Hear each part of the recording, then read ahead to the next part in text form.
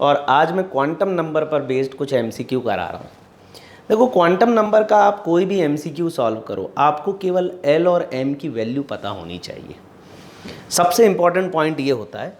अब जैसे मैं कहूँ एल की value S P D F के लिए 0 1 2 3 और एम की वैल्यू होती है plus L 0 to minus L. M की वैल्यू इस टाइप से वेरी करती है। अब जैसे एल की वैल्यू 0 है तो एम की वैल्यू केवल एक ही होगी 0। एल की वैल्यू 1 है तो एम की 3 वैल्यू पॉसिबल होंगी, +1 0 और -1। तो बस ये बात हमें ध्यान रखनी है, ठीक है। वैसे डी की 5 वैल्यू होंगी, एफ की 7 वैल्यू होंगी। चलो क्वेश्चन पढ़ते हैं। What is the maximum number of electron having same spin with n plus L equal to 4। n का मतलब ऑर्बिट नंबर है और l क्या है, सब ऑर्बिट है। अब जैसे n equal to 4 l equal to 0, इन दोनों का सम भी 4 है, मतलब बात किसकी कर रहा है, 4s की कर रहा है। n equal to 3 l equal to 1, इनका सम भी 4 है, ये बात किसकी करेगा, 3p की। अब n equal to 2 l equal to 2, लेकिन ये है 2d और 2d पॉसिबल ही नहीं है, तो यहां पर केवल दो सब ऑर्बिट आएंगे, 4s एंड 3p। अब वो क्या बोल रहा है, having same spin with n plus L equal to 4। Same spin मतलब एक सिंगल स्पिन की बात कर रहा है भाई। इसमें इस इलेक्ट्रॉन की बात हो रही है और इसमें इस 3 इलेक्ट्रॉन की बात हो रही है। इन तीनों का स्पिन सेम है, आप स्पिन एंटी क्लॉकवाइज घूम रहे हैं।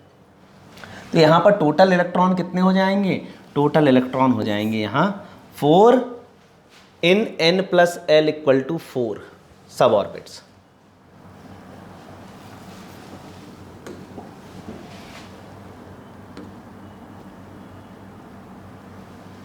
Next question, the maximum number of electron in a subshell. बात सबशेल की आ गई है, मतलब एज्यूमेथल क्वांटम नंबर की बात आएगी, जिसको हम L से रिप्रेजेंट करते हैं। The maximum number of electron in a subshell is given by the expression 2n²। नहीं हो सकता, हम सब ऑर्बिट सबशेल की बात कर रहे हैं, L की टर्म्स में होगा, ठीक है। ये ऑर्बिट के लिए होता है, सब ऑर्बिट के या सबशेल के लिए नहीं होता।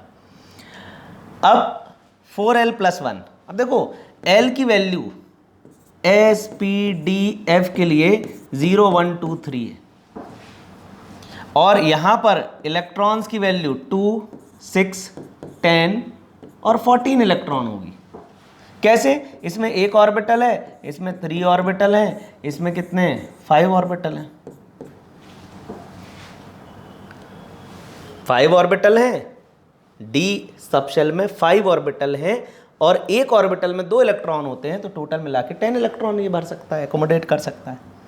तो अब हम ऐसा करते हैं, L की वैल्यू पुट करके देखते हैं। चलो L की वैल्यू यहाँ 0 है, यहाँ 0 पुट करके देखें तो क्या आ गया, 1 इलेक्ट्रॉन, हो ही नहीं सकता, तो ये नहीं हो रहा। चलो L की वैल्यू 0 पुट करके देखें, चलो 0 पुट करी तो यहाँ ये 0 पुट करेंगे तो ये पूरा 0 हो जाएगा, तो क्या हो जाएगा, 2 इलेक्ट्रॉन, सही बात है। L की वैल्यू 1 पुट करें, चलो 1 पुट करें, कितना 6 इलेक्ट्रॉन, सही बात है। L की वैल्यू 2 पुट करें, कितना 10 इलेक्ट्रॉन, सही बात है। L की वैल्यू 3 पुट करें, 14 इलेक्ट्रॉन, सही बात है। तो ये बिल्कुल सही बैठ रहा है। थोड़े से क्वेश्चन बस इसके ट्रिकी हैं, आपको N और अगर L की वैल्यू पता है तो आप बड़े आसानी से कर लोगे इसके क्वेश्चन। चलो next question, how many electrons will have the following set of quantum numbers. ठीक है, क्वांटम नंबर दिया है n equal to 3 m equal to 0। तो सबसे पहले फर्स्ट, सेकंड और थर्ड, ये थर्ड ऑर्बिट बता दो, 3s 3p एंड 3d। ठीक है, 3s में एक ऑर्बिटल, 3p में 3 ऑर्बिटल और 3d में 5 ऑर्बिटल। अब L की वैल्यू, अब देखो यहां पर बोल रहा है m इक्वल टू 0, ये बोल रहा है थर्ड ऑर्बिट में ऐसे कितने इलेक्ट्रॉन्स हैं जिनकी m की वैल्यू 0 होगी। थर्ड ऑर्बिट, तो मैंने थर्ड ऑर्बिट बना दिया। अब m की वैल्यू की बात करूं तो ये 0 है, ये 0 है और ये सेंटर वाला 0 है। तो ये कितना हुआ 2, ये 2 इलेक्ट्रॉन ये, फिर 2 इलेक्ट्रॉन ये, तो टोटल 6 इलेक्ट्रॉन ऐसे हैं जिनकी m की वैल्यू 0 होगी। तो इसका करेक्ट ऑप्शन हो जाएगा ए।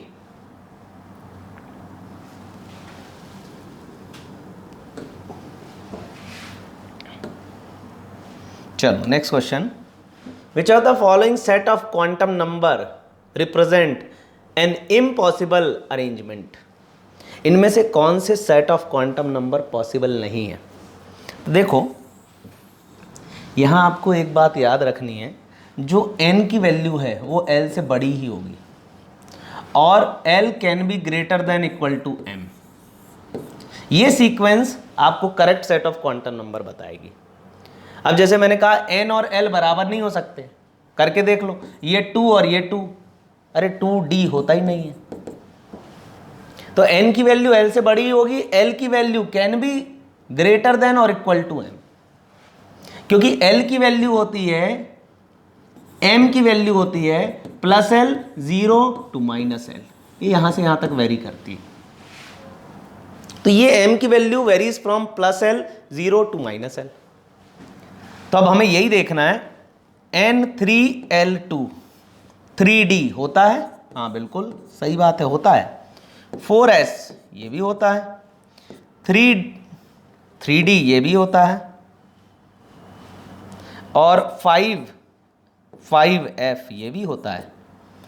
अब देखो यहां पर देखना, ये l की वैल्यू 2 है, तो m की कौन कौन सी वैल्यू पॉसिबल हो सकती हैं, +2, +1, 0, -1, -2, ये 5 वैल्यू पॉसिबल हो सकती हैं, लेकिन -3 कैसे ही पॉसिबल नहीं है। तो यहां पर यही है जो पॉसिबल नहीं है, C। ठीक है, तो यहां पर ये पॉसिबल नहीं है, -3।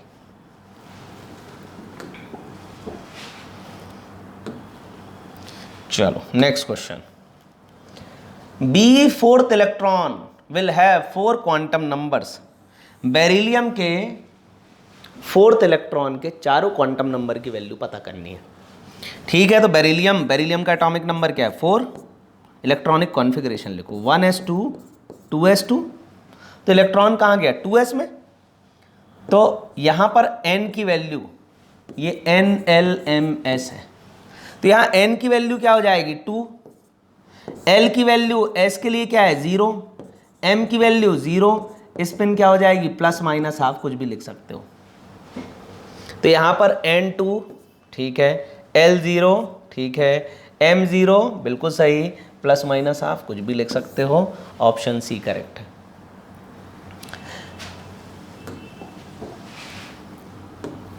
चलो next question, what is the maximum number of electron that can be associated with the following set of quantum number.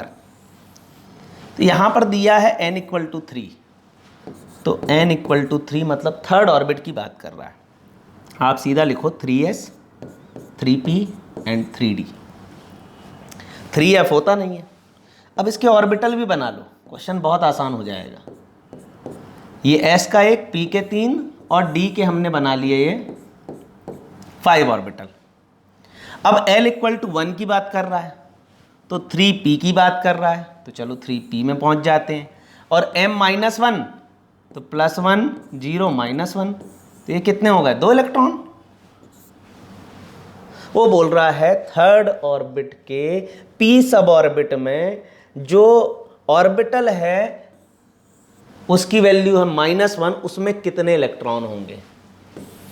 तो भाई उसमें 2 इलेक्ट्रॉन ही होंगे एक ऑर्बिटल में, तो यहाँ 2 इलेक्ट्रॉन।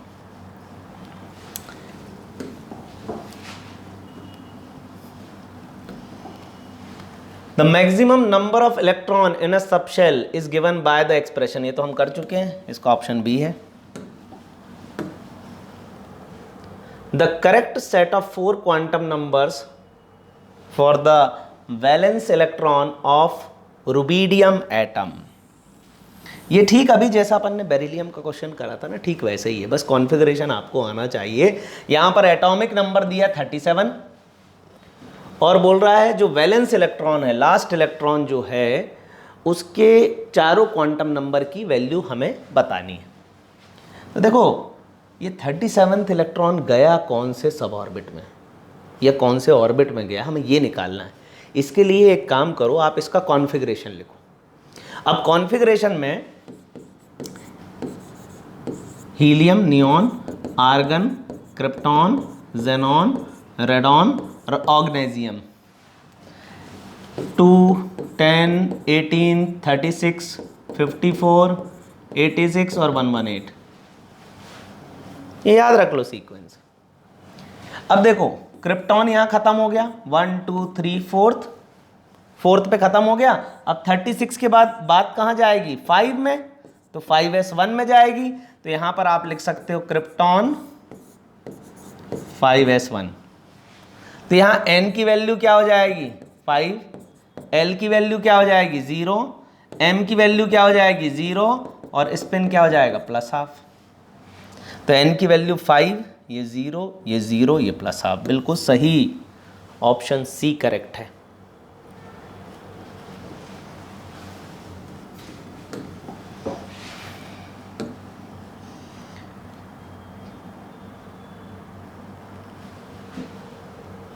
ये हम कर चुके हैं, ठीक है, ये कर चुके हैं, रिपीट हो रहा है। ये क्वेश्चन करते हैं, which of the following is not permissible arrangement of electron in an atom. मतलब इनमें से कौन सा क्वांटम नंबर का सेट पॉसिबल नहीं है। तो मैंने जैसा आपको बताया था n की वैल्यू l से बड़ी होनी चाहिए और l can be greater than equal to m, ये सीक्वेंस होना चाहिए, ठीक है। तो n = 5, l = 3, सही है। n की वैल्यू l से बड़ी है, m की वैल्यू ठीक है, ये करेक्ट है। स्पिन की तरफ ज़्यादा देखना ही नहीं है। क्यों नहीं देखना, अरे भाई एक इलेक्ट्रॉन अगर ऐसा घूम रहा है तो मेरे अकॉर्डिंग ये क्लॉकवाइज है, आपके अकॉर्डिंग एंटी क्लॉकवाइज है।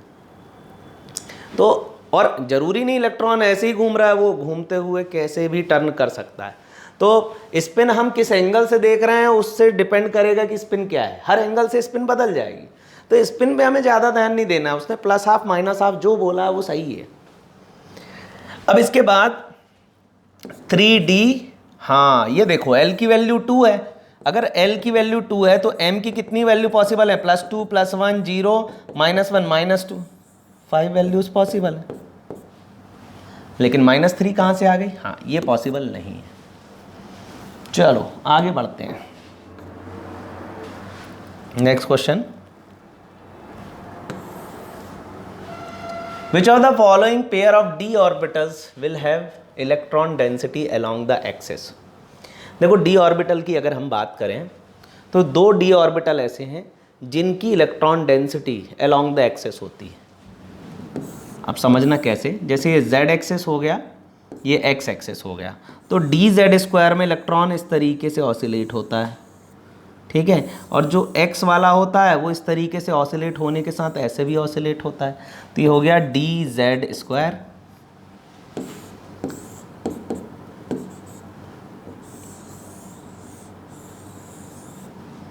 dx² y², ये dz² हो जाएगा, ये x² y² हो जाएगा। यहाँ पर इलेक्ट्रॉन डेंसिटी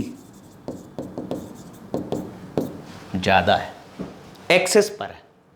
अब जैसे मैं बात करूं dxy की, तो dxy जैसे ये x एक्सिस हो गया, ये y हो गया, तो ये x और y के बीच है dxy। dyz ये y और z के बीच होगी, dzx ये z और x के बीच होगी। तो dzx, dyz, dxy। तो यहां पर जो एक्सिस के अलोंग है वो 2 ही हैं, dx² y² एंड dz²। तो ऑप्शन सी